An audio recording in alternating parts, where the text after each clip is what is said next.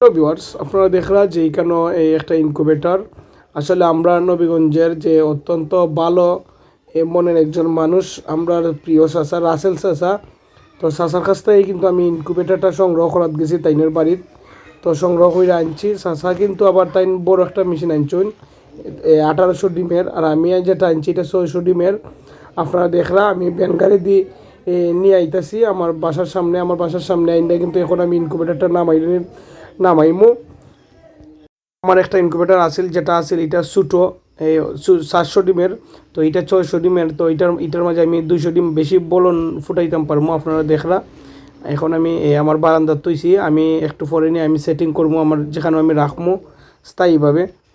তো ভিউয়ার্স, আপনারা সবাই দোয়া করবা যাতে আমি সুন্দর মতো এই ইনকিউবেটরটা আমি ডিম ফুটাইতে পারি।